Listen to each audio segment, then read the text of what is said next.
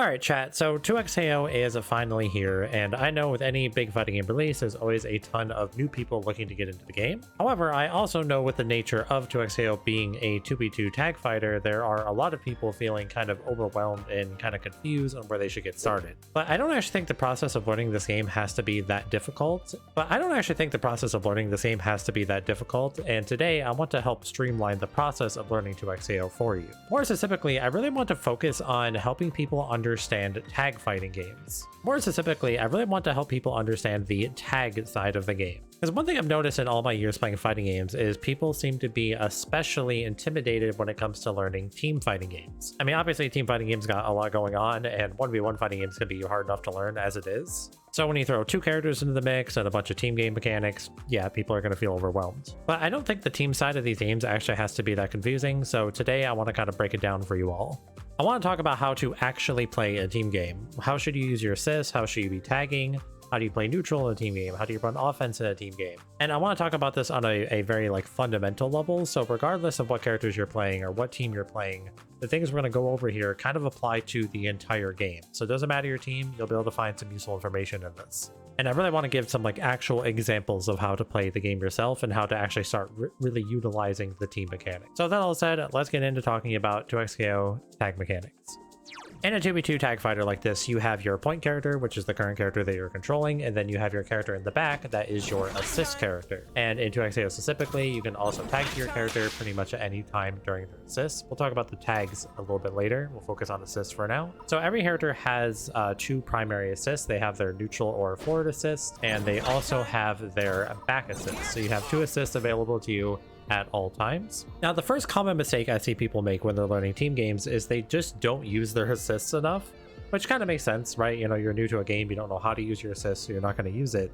But it's actually for that exact reason that the first thing I'm going to recommend is just use your assist a bunch. Team games and 2XAO specifically really encourage you just slamming your assist all of the time. And the best way to get a good understanding of when you should be using an assist or when you shouldn't be is just by using it a ton. If you don't actually use your assist very much, you're not really going to notice situations where it's very useful. And in general, it's really hard to have bad assist calls. I think generally just calling your assist a lot is very much beneficial.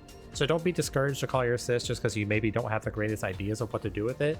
Just call them a bunch and start picking up on situations where it's good and situations where it's maybe not so good. Now, when it comes to the assists themselves, obviously the assists can differ a lot depending on the character, you know, so I already showed Echo's assists, for example, but the assists will be different if I'm playing a character like Ari. So every character and every team is going to have different assists available to them. But even with that said, there is a lot of similarities across different assists. So for example, Echo's default assist is his forward advancing lunge attack, and Ari actually has a very similar assist at the same time. Darius has an attack like this, even Braum has an assist like this. So there are a lot of characters that have a lot of similarities across their assists. So the things I'm going to be talking about today, pretty much regardless of the team that you're playing, you're going to have assists that can fill similar roles to what I'm talking about. Assists kind of have two roles when it comes to neutral. The first one being controlling space, and the second one being covering your mistakes. And the big thing you want to keep in mind is that assists are not just their own moves. You want to look at your assist character as an extension of your point character. So when I call Echo, for example, this is an extension of Ari. I'm thinking it as attached to the rest of her moveset. So for example, if I'm trying to control space, I'm not just thinking about Ari's moveset. Obviously, she has her own moves I could use to control space in front of me. I have her normals, I have her fireball. I can use her air moves as well to control space. But I can also use my Echo assist, in the case of the team that I'm playing, to complement Ari's space control tools. So for example, I don't always have to control the space in front of me with my own normals. I can use Echo to control the space in front of me. And this is really important because this is a much lower commitment way of controlling space rather than controlling it with your point character. Because if you call out your assist character and they end up getting hit, you can actually hit the opponent for hitting your assist. So in this case, I have the Echo dummy set up to punish my assist. And in this case, I'm actually able to punish the Echo for trying to hit my assist. The big benefit of using your assist to control space and do things like that is that the point character is still free to do things.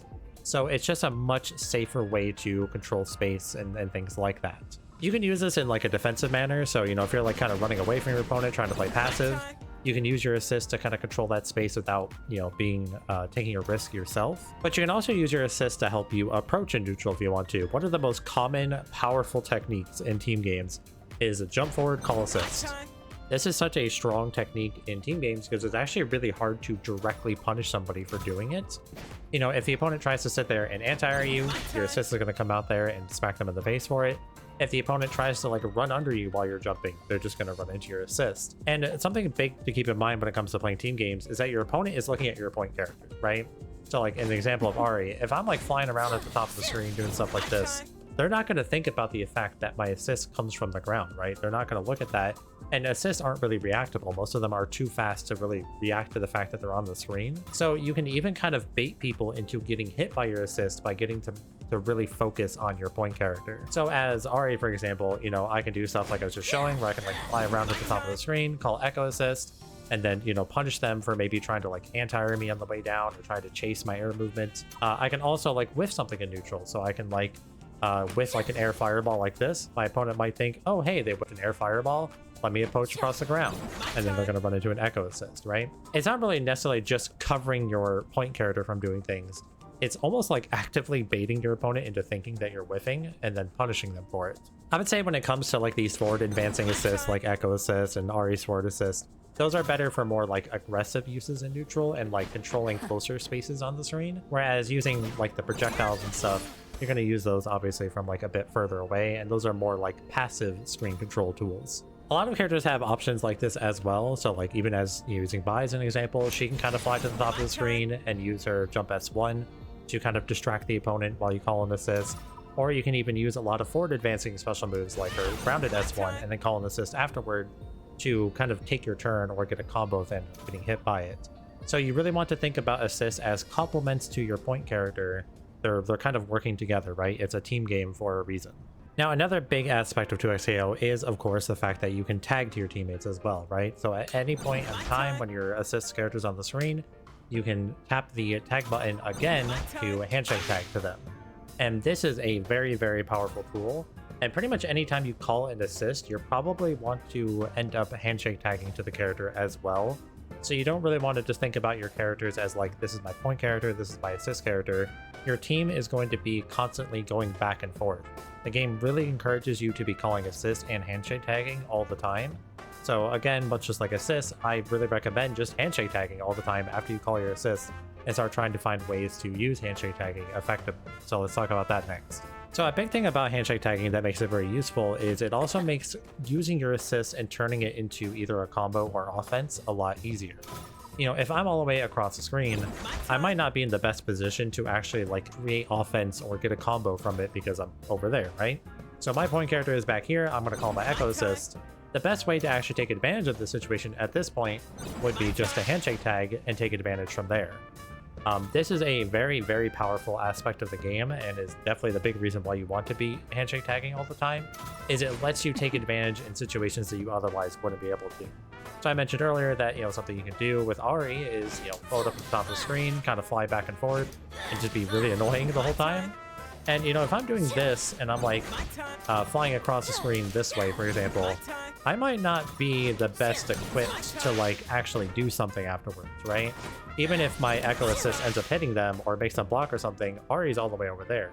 So it's really important to remember that you can just handshake tag and start playing that character that's right next to them to, take offense or get a conversion going or something like that. And what's really important to keep in mind about this is that if you do something with your point character before handshake tagging, they will continue to do that action for the remainder of that move.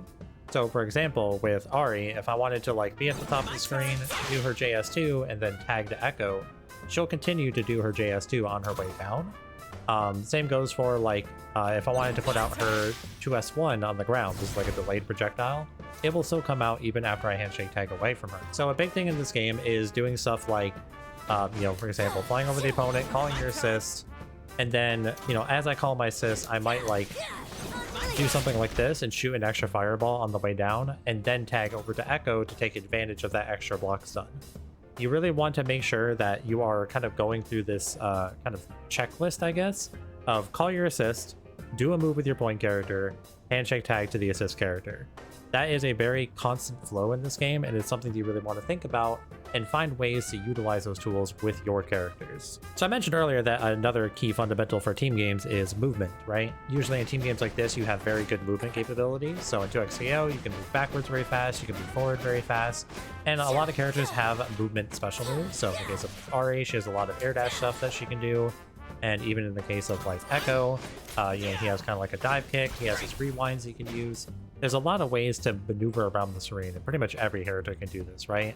Outside of maybe like, I guess like Braum. Other characters have like plenty of moves to like maneuver them around the screen as well. And even for the ones that don't, just the basic movement of back and forth is very important to utilize in this game. I mentioned that assists have very short cooldowns, right? Which they do for the most part. But they do still have cooldowns. So a big thing in this game is that you usually want to do things when your assist is up to help cover you, right? Whether it's whiffing a move in neutral and then covering with your assist, whether it's like doing a move on block and then calling your assist and handshake tagging, whatever it is that you want to do, most of the things you want are going to be backed up by your assist.